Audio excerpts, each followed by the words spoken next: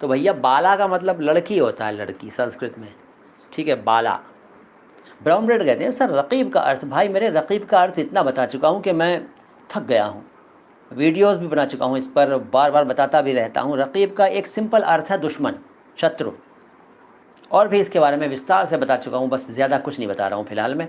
और फिर कहते हैं सर मध्य का मतलब उर्दू में क्या है, तो मध्य पूछ रहे हैं। मध्य का मतलब है दरमियान, बीच में, मध्य में, दरमियान में, बीच में, मध्य, दरमियान, बीच। वस्ल का मतलब मिलन, मिलना, मिलन, ठीक है, वस्ल।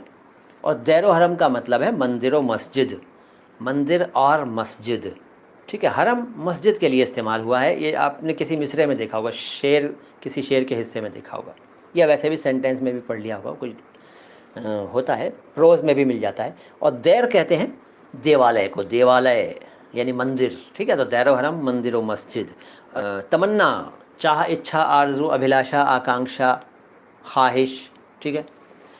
केतन ठाकुर कहते हैं सर शब्द सुनकर मैं कैसे समझूं कि वो फ़ारसी है या उर्दू। तो भैया इसका तरीका तो सिर्फ ये है कि आप हमारे वीडियोस देखते रहिए, तब समझ जाएंगे।